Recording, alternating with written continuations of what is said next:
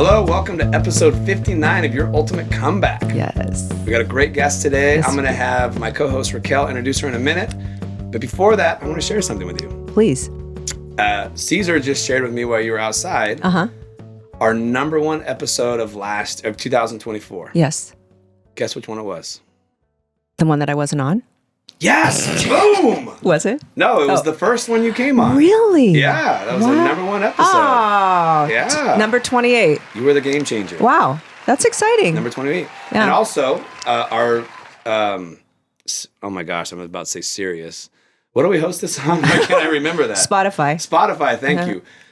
We are in the top 10% of video podcast episodes on Spotify. That's exciting. Yeah. We're coming for you, Rogan. Yeah. Yeah. That is the number one show that our listeners also listen to is Joe Rogan. Yeah. Oh, cool. Yeah. Awesome. Number 5, Brad. Oh, what's that? What's number 5, Brad? Oh. Call her daddy. Call her daddy. Oh, God. Not call her daddy. No. I never even heard of that. What is it? Don't make me talk about it. The cover was hilarious. No. Not good? It's not anything I need to be listening to. It's okay. Well, you're sharing the light with her. Call her daddy. Yeah. Okay, that was all I want to share with you. Okay, that was that's a cool little exciting. surprise. I love that. I love that. Thank you for being the game changer. Thank for the Raquel you show. for having me. And, I just took over. You did, as I Kinda. said. Thank you for being the game changer of the Raquel show. I appreciate it. So we have Paula. Am I going to say I still want to say doxychus, which is how I met you. Yeah. But Verrengia? Verrengia. Did I say it right? Yes. Okay. Yes. Paula and I have known each other, oh my gosh, 30 years? Yeah. Has it been more? At least. Long At least time. 30 years. Yeah. Early 90s. Yeah, for sure. And we met at a gym that I was working at. You weren't working there yet. No, you were training with Mona. And I was She's super fit, by the way. Oh my gosh. I hope people are tuning into this episode. Yeah. We should have her Watch stand the up and turn video. around. Yeah. I'm not kidding. Because she's 11 years older than me, and she's proud of it because because you look amazing. She does. And as I was saying before we got on air, that she's always kind of been this person that I've looked to thinking, okay, it doesn't have to be bad because this person is still kicking ass and taking names and looks amazing. You know what I mean? Yeah. So I've always kind of, for real. And I've always looked at you the same way. Aw. Like, God, she's just so, and your dedication and you go hard. And, Thank you. And doing all these difficult things, but always growing with your fitness. Yes, trying to. Now this one's in charge of that. Yeah. But we began teaching spin class. Well, I was teaching spin classes, and then you began as well. Right. We taught together for a long time. So anyway, we've known each other for a very, very long time. And anyway, I'll let you take away. Go ahead and tell us your story. So were you married at the time yet when we first met? I'm trying to think. No. You were not? Don't think so. Okay, because I met you at the old Newport Workout when it was still on PCH. Right. Near John Dominus. Do you remember John Dominus? I do. Okay. Yeah. It was downstairs. Yeah. from there. Yeah. Okay. So that's where I first met you. Right. So you weren't married to Greg yet? And I wasn't married to Greg. Okay. We didn't get married till 93. Oh, okay. Okay. Yeah. So I knew you before that. Okay. Excellent. Yeah. And then we were over at the other Newport Workout. Right. Okay. Yeah. So you got married. How much longer after did you have Sam? 2 years. 2 years. We had Okay. Sam in 95. Okay. In 95. Which was exactly 10 years to the day before you had Quinn. Wow. I knew they had the same birthday. Yeah. Wow. I didn't realize it was 10 years. Exactly, Wow. 10 years. Okay. Wow. Yeah. Okay. Anyway, so Because she'll be 20. yes. And Sam would have been 30. Oh my gosh. Yeah. Wow. All right. So tell us about your story. Well, I do want to talk about how you were a groupie and you're a groupie again. Oh, No, it's so cool. Like she has some memorabilia that you would not believe. Seriously. Eddie Van Halen. Who else? Come on. Oh, I just was privy to so many experiences. Yeah. I had so many friends that were musicians. And Eddie and I dated as much as you could date. Yeah. Eddie Van Halen? Eddie Van Yes. Halen. For probably about 9 months to a year. Okay, so I want to tell you this. The very first remember what were those the 45s, the little records? Yeah. The very first one I ever bought with my own money was Van Halen Jump. Wow. Yeah. Okay. That's awesome. Okay. Yeah, I love that's it. awesome. That's awesome. That's awesome. And so, before I ever got married, I was with a disc jockey for 7 years on K-Rock. Then he was KMT. Who was that? That was Chuck Randall. Oh, okay. Because And I then love K-Rock. Chuck actually became, during that period of time, he became a road manager. Okay. And then he became a sober road manager.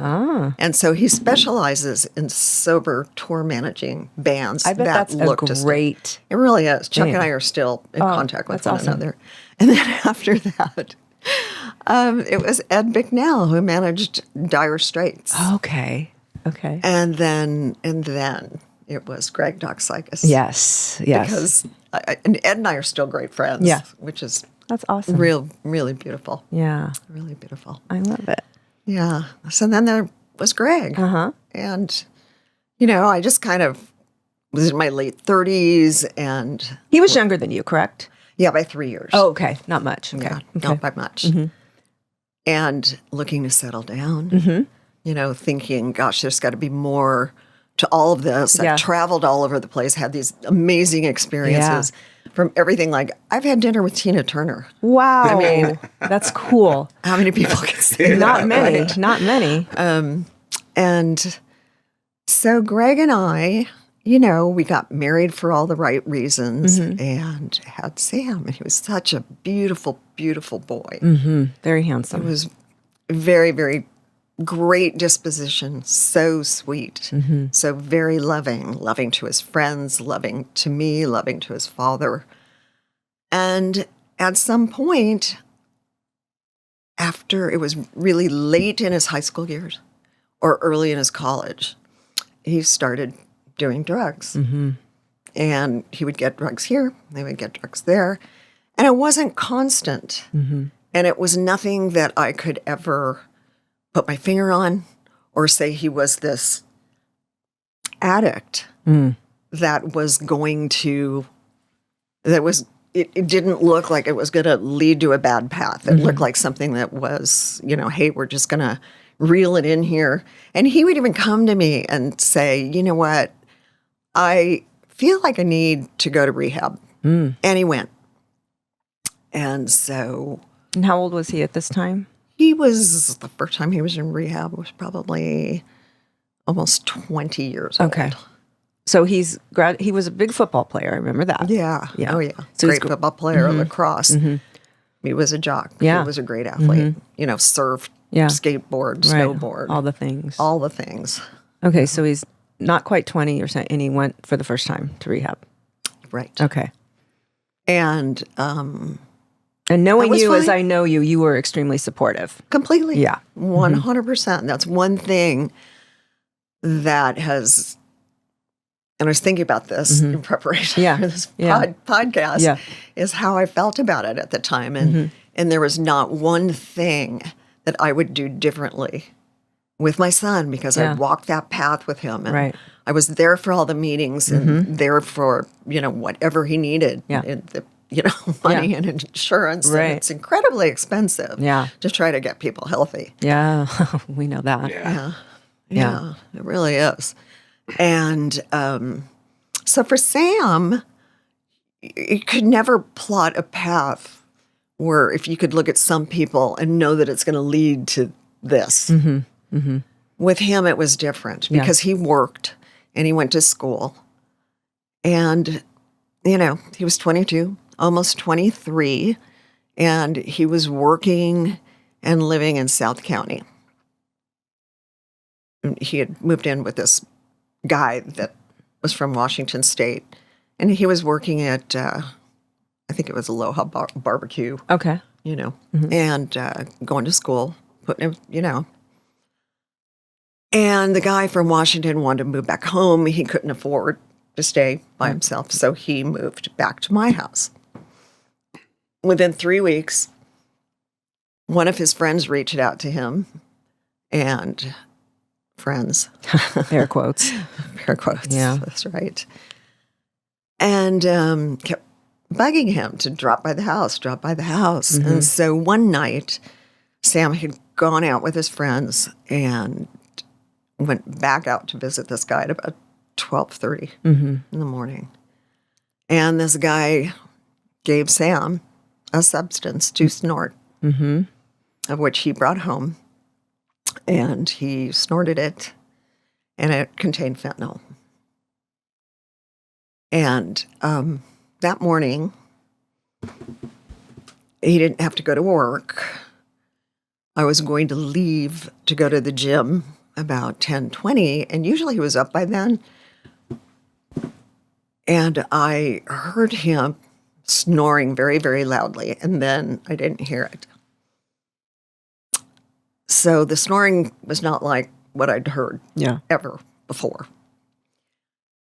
And I didn't think to really wake him up or go in until I was ready to leave. I went in, and his color did not look good. And I immediately had to start the process of CPR, call 911, get the first responders there. And the first to respond were the police. They came in and kicked me out of the room. And I heard them, I was walking circles in the living room, and I heard them say, "I've given him 4 rounds of Narcan." Oh, God. And I knew in my heart at that point that this was not going well. I'll never forget the sound of that freaking gurney down my tile floors. Yeah. And there are certain triggers, Sure. sirens, that sort of thing. Yeah. And I had to follow the ambulance over to Orange Coast Memorial, where he was in the ER, and they tried so hard to bring him back. Yeah.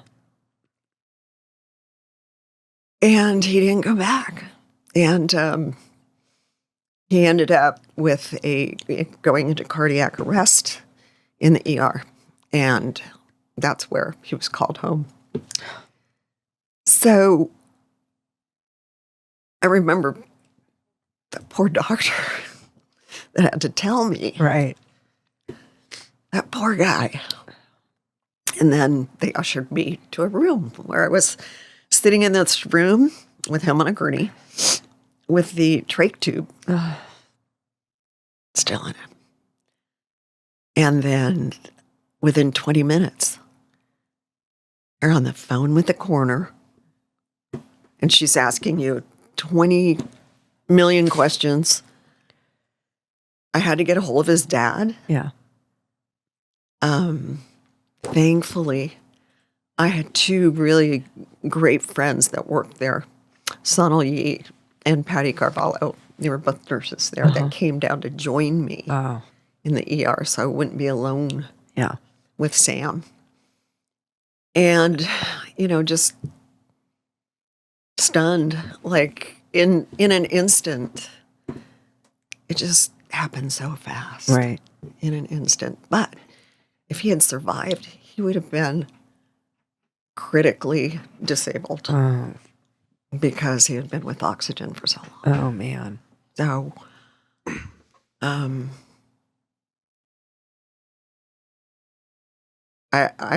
I was stunned. They sent a woman in, and she's patting my leg. She's patting my leg, and she's trying to hand me a little pamphlet of, here are all these churches, here are these morgues, here are... Oh, geez. Here's the Omega Society. Here's the Neptune Society. Right. And I was like, okay, I've got some decisions to make. Wow. And luckily, because Patty and Sonal were there to greet the coroner, I didn't have to stay to see that part of it. I could leave. And when I went home, I had so many... Terry Hairston came over to be with me. Nice. And Patty, once the coroner came, she came. Kim and Doug Vanderpool came. I had people drive down from LA within the next few days to come and be with me. My brother came to be with me every single day for the mundane things. Yeah. People brought food. But you probably didn't feel like eating. I didn't eat for days. I bet. I had a refrigerator full of food. Yeah. And then sleeping, not sleeping, sleeping, not sleeping. I had a decision to make, and I was either going to be swallowed up by this event and make a decision to not live. It really was a life or death decision. Yeah. And so I decided that my son, he wouldn't want me to be swallowed up by it. My son loved me so much, he would want me to continue whatever my journey was going to be. And so in his honor, and every single day, I've tried to live my life to make him proud. Easy.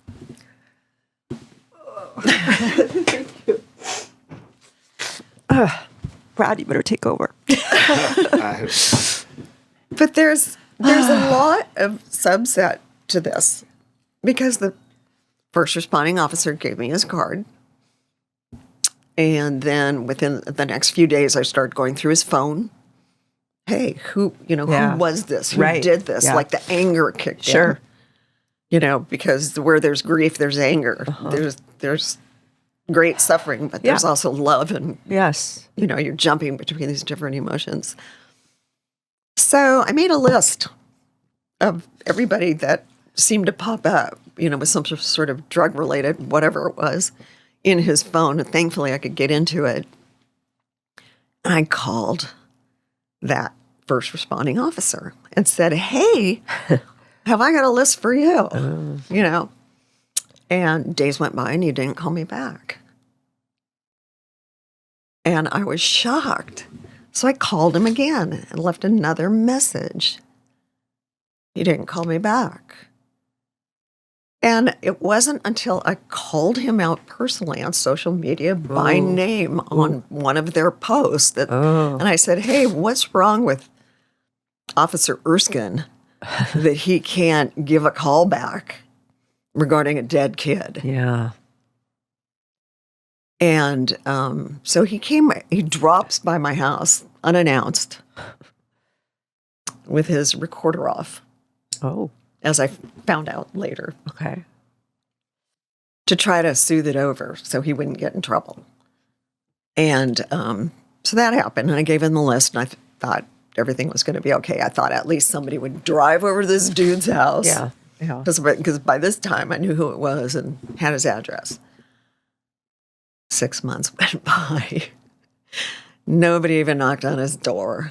There were 10 more dead kids. I don't know that he had anything to do with it. Yeah. I don't know. Yeah. But I knew that there was this substance out there that shouldn't be out there, and people were dying. Right. So I personally met with, it was Captain Rob Sueza, Fountain Valley PD, at 6 months. And I just said, would you be proud of this, of your department? How do you? And I already had a friendship with Rob. Nicest man in the world. Really a great, great guy. Would you be proud of this? And he couldn't answer to it. So he took it. There was an internal investigation. Some things were found. But Rob got the ball rolling for there to be an official investigation. He set up meetings between myself and the district attorney's office. I met with several district attorneys over the course of the past few years, including Todd Spitzer. Mm-hmm. And Rob, coincidentally, once he retired, got a double master's in counseling, and he works in sober living and rehab now. Management, which is really great. He's a really great person. So that sort of started the ball rolling. But in the beginning, I was sort of rudderless. I'm having to plan a celebration of life I remember it. for somebody. The doves. Yeah, The doves. the doves. We let the doves go. Yeah. And all those desserts. Yeah. Yeah. And so that kept me busy for a bit. But one of the things that was pointed out to me from a grief counselor was how important it was to keep a schedule, to get back on a schedule, to get back to my routine, Yeah. to get back to normal. But if I had to back off and I had to feel what I needed to feel, I also needed to give myself room for that, not be so rigid. So I started back to the gym. I would have to say it was 2 weeks Really? after Wow. that soon. Yeah. And thankfully, I was in a work situation where they gave me as long as I needed to heal. Yeah. I tried to force myself to go back to work Yeah. about a month after the event, and I couldn't function. No. So I went back home for about another couple of months. And they were gracious and accepting of that. Yeah. But I was back in the gym 2 weeks later and weak as hell. That's all right. Yeah. And there were times when I just kind of collapsed on the floor, and Yeah. I'm sure everybody looked at me like, I don't know what that old lady's problem is. But it You know? gave you something to do and to Yes. kind of take your mind off. And Yes. yeah. Yeah. That was great advice, I would think. It was great right? advice. Yeah. It was great advice. And then 6 weeks later, I went back to teaching spin, and that gave me a purpose. Mm-hmm. And there were times when I would collapse into tears, Yeah, of course. and all my clients were so loving and accepting. And I mean, I've had the most tremendous support over these years that a lot of people, and a really long list. I'm so blessed to be able to say I have a long list of people to thank. Yeah. That's awesome. You know, because a lot of people don't get that. Yeah. But one of my girlfriends who lost her daughter said something to me. And she said, you know, Paula, I've found that you're always going to find that somebody has a worse story than you have. And she was so right. Because now that I have this, I joined this new club of people that, you know, Yeah. a club I never wanted to Right. be a part of. Yeah. I've heard some terrible, terrible stories. And a lot of people who have had it way worse than me. You know, so I always try to look at the things that I have to be grateful for Yeah. and not focus on what's not here, but what's here today, Right. and not focus on the future so much, you know, because the future can disappear. Absolutely. So, Yeah. you know, it's what do I have today? What do I have today to be thankful for? You Yeah. know, and for today, I'm thankful for this like beautiful garden that Gregory planted Yes. Yes. Yes. in the backyard over Right. the course of this past week. Yeah. You know, that's just been amazing. But what ended up happening with Sam and Sam's case is that that particular person was never prosecuted. He has been arrested over 30 plus times. Hopefully Prop 36, which I helped work on with a bunch of other families that lost their kids to fentanyl. Hopefully that will keep him in jail. Keeping him in jail, actually, will probably prolong his life. Mm. I mean, I was angry for the longest time. So, Yeah. so he is in jail. No, he's not. No. Oh, you're hoping to Yeah. get. I see what you're saying. Got it. It will Got it. prolong his life. Yeah, Right now, and I wanted him locked up so bad. I'm sure. Yeah, And then I had to realize that maybe his sentence, his living hell, is that he's a homeless man addicted to fentanyl. And that's oh, where he is. Okay. between Yeah. Huntington and Costa Mesa. Do you know what he looks like? Oh, yeah, I got pictures. Believe me. Yeah. Yeah. Because I remember when you were pictures. on that path of really trying to get him held accountable for all of this. That's got to be, I can't even imagine what that has got to feel like as a parent, when to be helpless. Well, you really realize that all of the stigma for anybody that's touched drugs, Right. there's a huge stigma, Of course. Yeah. which is why people have a hard time getting treatment Yeah. and effective treatment, getting money for treatment. Right. To the police, he was just another dead kid Yeah. who did drugs. Oh, well, Yeah. shoulder shrug, thoughts and prayers. Yeah. I also filed a civil lawsuit when the police weren't doing anything because I thought, my God, I'm going to hold this guy accountable somehow. Yeah. So in the state of California, there's a civil statute, which is the California Drug Dealers Liability Act. Oh. And so we filed under that. And it took a few years, but it went through. I got a judgment. A sizable judgment. I will never see a penny of it. Unless I, garnish his jail wages. Yeah. Jeez, yeah. Right.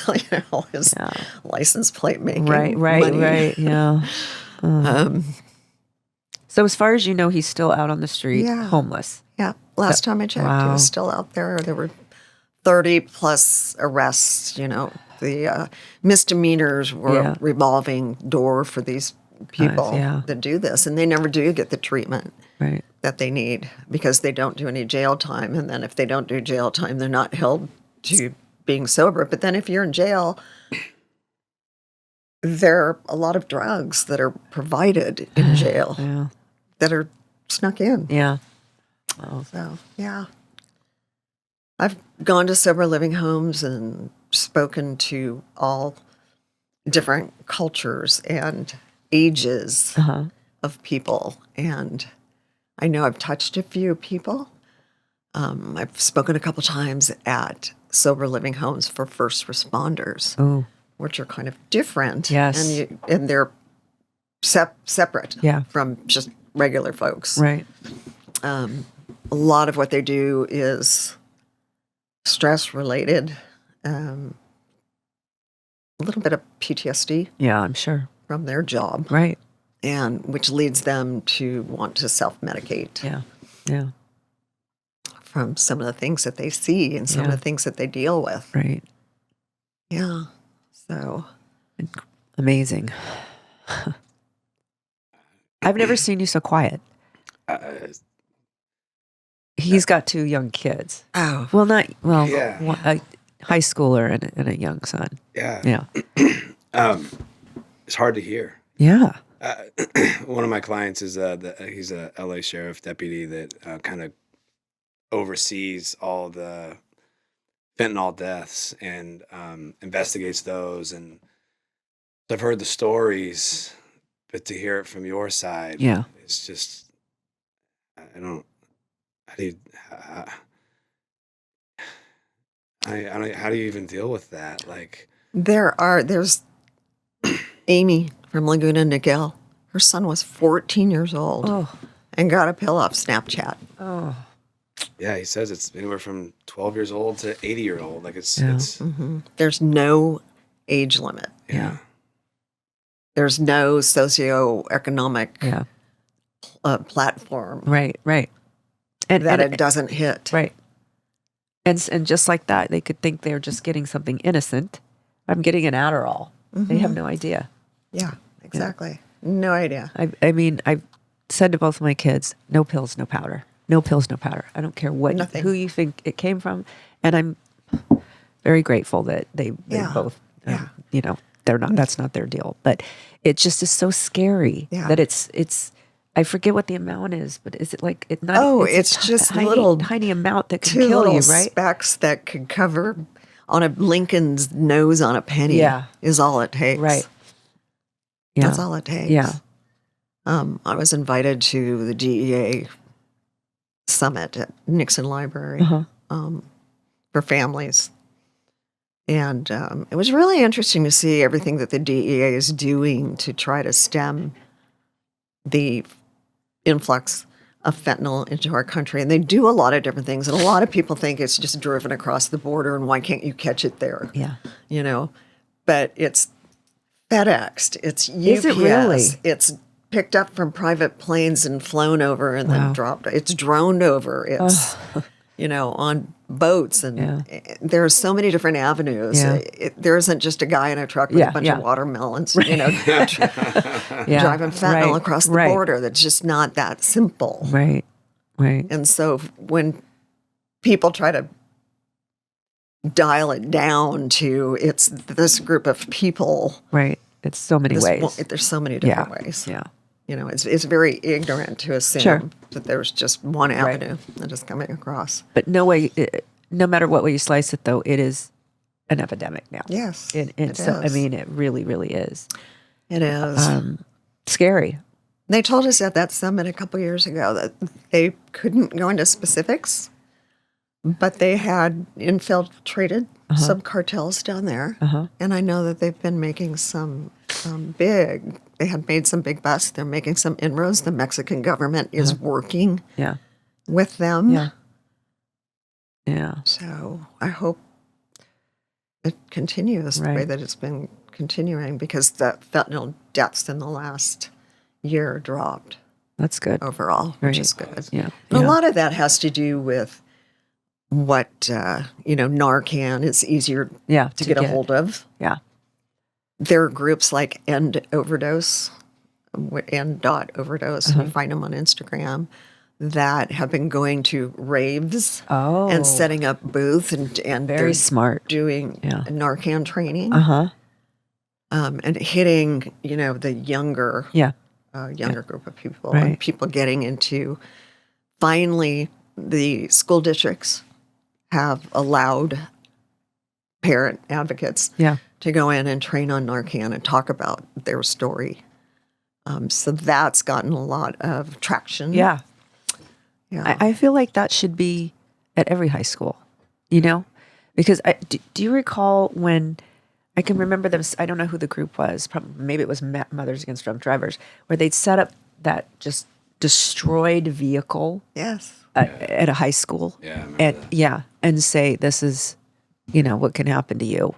If it's called Every 15 Minutes. Oh, is that what it is? Yes. Okay. And there's money appropriated from, I don't think it's MAD. I think it's something from the government. Oh, okay. Sam was a part of that program at Fountain Valley High School. He participated. Wow. So what they do is they stage a car accident. Yes. Complete with what looks like dead bodies. Right. They bring the people who do the Knott's Berry Farm makeup. Oh, my goodness. And they actually take students from the school. They take students from the school out of class immediately. Wow. Sam was taken out of class. Wow. They're locked up in a hotel overnight. Oof. So they take them away from their friends, their family, their phones, everything. Mm-hmm. It's like they're brought to a courtroom to see a drunk driving case. They're brought to the corners. They're given a toe tag. Ooh. Yeah. Yeah. Yeah, it's a really effective program. I'm sure. Well, yeah. Sam has little commendations really from the city for participating in that program. Yeah. I don't want to gloss over all this, Paula, but I do want to talk about how happy you are now. Because I love that she's found love again. I love that you have a man that just freaking adores you. It's like every day. I have been remiss in keeping in close contact, but Instagram, you feel like you're in someone's life anyway, kind of when you're commenting back and forth. And I've just seen this guy that she's first was dating, and he's the lead singer in this band. I'm like, okay, that sounds right, because she was a groupie before, so I love that. I love that she is again, and it's just to see these posts. And she posted. Can I tell who he is? Sure. Oh yeah. So Queen's Nation, which is that cover band for Queen. Oh, He's yeah, the yeah. lead Queen singer. Nation. Yeah. Queen Nation. Sorry. And she posts this video, Brad, of her in the audience, and he is serenading her. That's awesome. And I am in her face and his face, and I'm like, oh my God. It was, I told her I almost felt like I needed to go take a shower. It was just so, oh my It goodness. was singing Yeah. Love of My Life. Yes. It was so sweet. It really, I mean, it was very cool. And when she told me the story about how they met and all, it's just, I guess what I'm getting at is without glossing over, because that pain is never going to go away. Let's No, be honest, no. right? It just can't.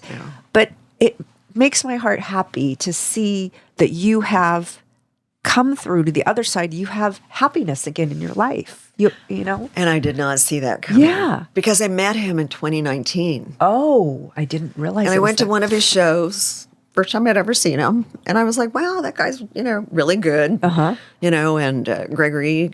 His name's having- Gregory. Her ex-husband was Greg. Isn't that That wild? was my son's middle name. Yeah. And having lived in New Orleans for quite a number of years, so he throws Mardi Gras beads out at the audience. And, it's kind of like chumming for sharks. It's really funny. Like all the girls are like trying to fight to get that.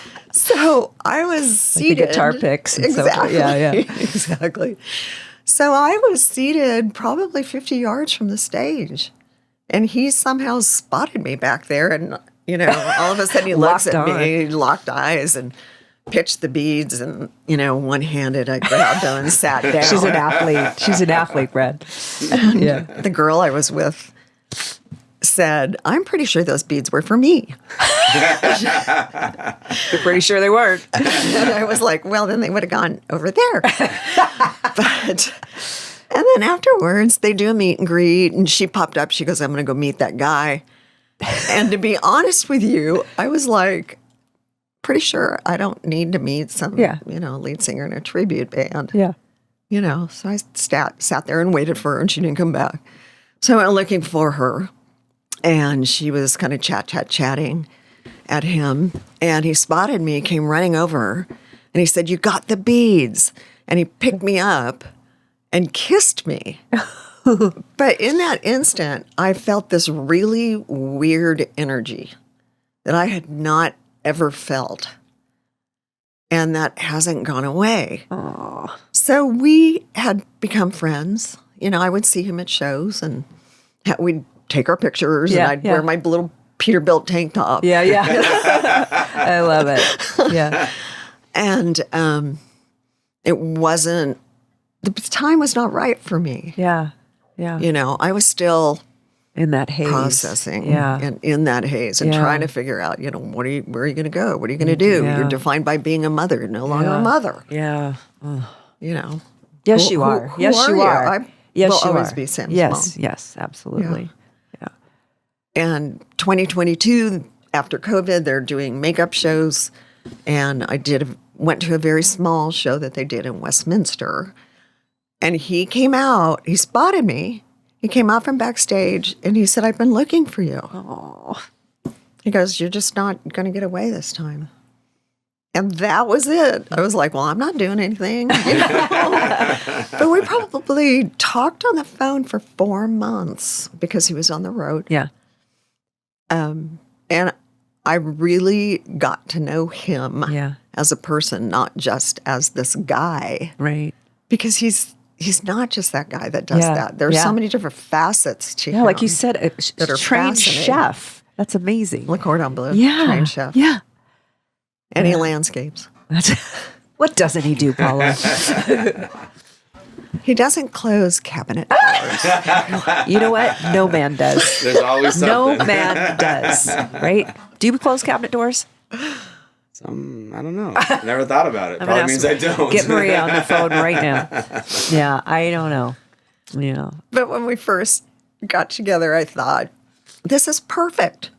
He lives 75 miles away because Yeah. he lived in Thousand Yeah. Oaks. Can't roll by my house. Yeah. I don't ever want to be married again. And he told me that he hasn't been married, doesn't have kids, never had any interest in being married. And I thought, perfect. Yeah. Until. And now we're going to elope. Until. What? I like it. He doesn't want you to get away again. That's what it is. Yeah. Smart man. I know. So it's really awesome. Yeah. And the story's really sweet. And Yeah. he's a very, very good person, very thoughtful. Yeah. He's just so kind to other people. And one of the things that drew me in was he will try to make everybody else's day better. Oh, like You that. can go through a grocery line. He will try to make that checker's day better by kind words, Yeah, yeah. sweet things Yeah. that he says to them. Yeah. That's awesome. Yeah. How long have you been together now? Would you So consider? like two and a half years. Okay, okay. Yeah, I would say Yeah. call it 2.5 years since 2022. Right. I love that. I just love that, after such a horrible experience that, there's no recovery from, that you have been given this gift of love again. It's just, it's awesome. Yeah, It's it really is amazing. awesome. Yeah. And I do have to tell you, you kind of, all of a sudden, when you go through that sort of experience, there's a before me, Yeah. Yeah. there's an after me. Yes. Of course. And the after me is fearless. Like the absolute Like, what can I handle now sort of thing? Exactly. Yeah. Because I've been through The shit. absolute I've been through the worst thing worst possible. thing that yeah. possible. That makes So sense. whatever comes along is just not going to kill me No. because I didn't die the this First time. Yeah. So. Yeah. And that's such a huge lesson, because I think, that's what Brad and I have talked about so many times about why this show is called what it is, and you and I had that conversation on the phone. It doesn't have to be a huge thing like what you went through. It could be big or small, but we have a choice in those times of how we respond to these things that are trying to Right. take us out. Right. Right. And And you could have rolled up into a little ball and said, I'm done. Because I know parents that have done that. That have Me had, too. Yeah. Me too. Yeah. I Yeah. know some non-functioning Yes. parents Yes. that are being swallowed up by Yes, the this grief. one thing that happened in Yeah. the whole of their life. Right. Yeah. And you've chosen to not allow that to happen, which is incredible, really. I mean, it's such a testament to you and your strength. And Can't. yeah, And I've seen signs of Sam, I love that. believe me. Yeah. I've had things happen Yeah. that were just otherworldly. And Gregory and I see them all the time. And my son's number was number 22, playing football and baseball. Every single sport he played, he was number 22. So, we fly to Dallas and we go to Mia's for dinner. And we're seated at this booth and we look up and there's Emmett Smith, who is number 20, a picture of Emmett Smith, who is number 22 for the Dallas Cowboys, like directly Wow. above our booth. Wow. Right. And it's a reoccurring theme. Yeah. I love that. Yeah. Yeah. The God nods. Yeah. Yeah. Exactly. For sure. Like he's still looking out after you. He's still looking Yeah. out. And I swear he sent this dude my direction. Yeah, You of know, course. Like, Mom, you need this. You Yeah. need this for you. Absolutely. I think that's so incredible. She's a huge football fan. Oh, nice. You guys could talk about that. Oh, yeah. And Gregory's a huge football Is he fan, too. also? He's a Saints fan. Of course, he has to I be, have right? my Raiders. He's Yes, a Saints. yes. But we can sit and watch football, like game after game. Yeah, after, yeah, yeah. I'm like, I always. you. Well, what's the thing you used to be a part of? The Mr. Irrelevant. Irrelevant, Yes. Oh, you're part of that. yeah.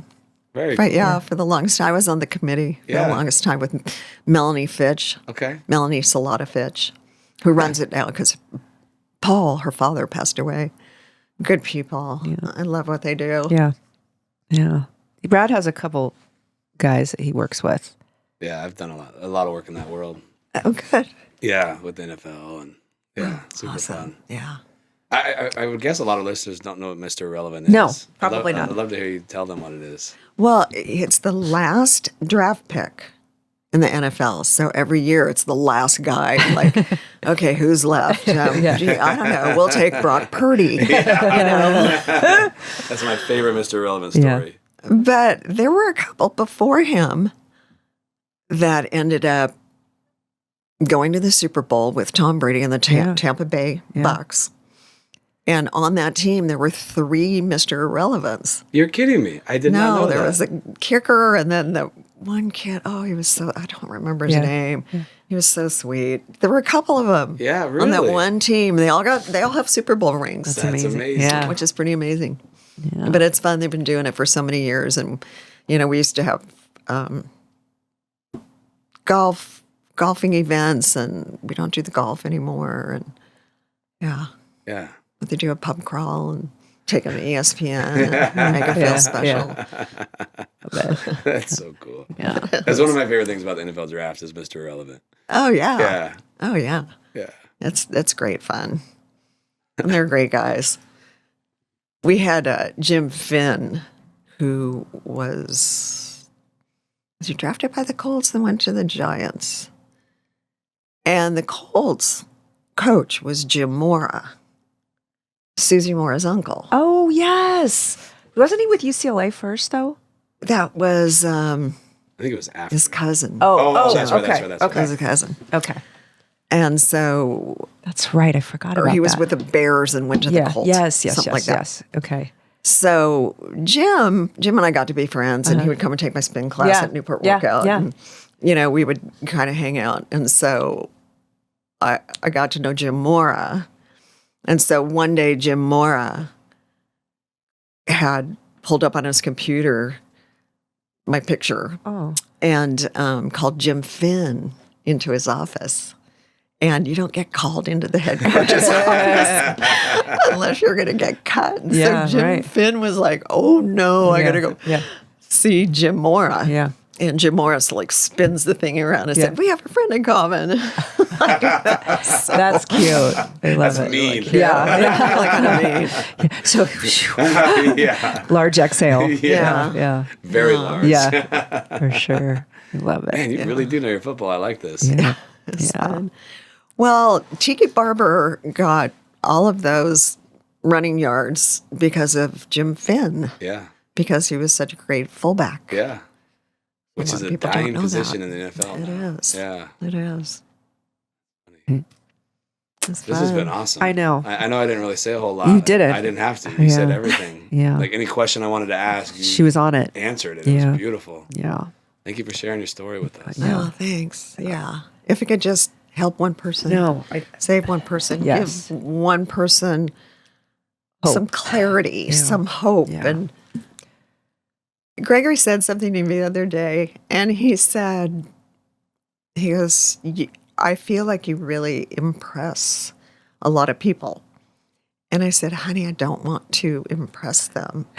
I want to inspire. Oh, yeah. Uh-huh. I don't care whether they're impressed. Yeah. Yeah. Yeah. Good, Well, good, bad, or ugly. Right. Yeah. This is who I am. Yeah. Yeah. My last question is, if you could give someone some advice, if they have a child struggling or know someone struggling and they see that this could be a bad situation, what type of advice would you give someone in that situation? Or if they have a child that needs to go to rehab, or, I mean, there's so much to this that we could probably have a whole nother podcast about that, actually. Yeah, absolutely. Yeah. We could, because there's so many broken pieces to that system. Yeah. Don't leave their side. Oh, mhm. Yeah. Walk their path. Yeah. Get in their phone. Don't be afraid to be Yeah. too invasive. Yeah. Yeah. Yeah. It could mean their life. Yeah. And also let them know that you love them and you're there Yes. for them. And Not a day went by Yeah, that Sam and sure. I didn't tell each other that we Yeah. loved each other. Yeah. Even when we'd argue. yeah, no, I'm sure. I'd say, I'm having a difficult day with you. Yeah. But Yeah. I do love you. Yeah. But this is hard. Sure. Yeah. Yeah. It's incredible. I mean, that's the best kind of parent, I think, that you can have those conversations. Yes. Yeah. To try to keep it communicative and transparent. Right. And know that they've got a loving place to be. Yes. There's a land. Yes. Yeah. Agree. Yes, absolutely. Paula, thank you so much Thank you. for being here. Thank you. Yeah. It's phenomenal. Thank you both. Yeah, thank you for sharing your story, your strength. Mm-hmm. I mean, It is inspiring. Yeah, I was kind of in awe the whole time. Yeah. I didn't really have anything to say. 'Cause I was so. It doesn't happen very often. I know. And I'm just over here bawling with no Kleenex, Caesar. And I knew better. I should have just grabbed Kleenex out of my car. I knew better. I do have this funny little snippet to tell you. Please. And that's in that 4 months when I was talking to Gregory. Yes. Before I just decided, do I really need to go out with another musician in my life? And I say, yes, you do. Apparently I did. But in that one moment, after a couple of months of talking, and my best friend said, have you told him yet? Have you told him yet? And it was about Edward Van Halen. Oh. And so we're on the phone. And I said, there's something that I need to tell you. Oh my gosh. And he's like, oh my God, what? There was a frozen silence. Really? For like 5 minutes. And then he just exhaled. Yeah. It's like, is that it? Oh my God. He just went. Oh, I love it. It was really funny. Yeah. It's one of the funnier moments. Yes. I love that. That's awesome. So fun. Well, thank you again, Paula, Thank you so for much. being here. Thank you.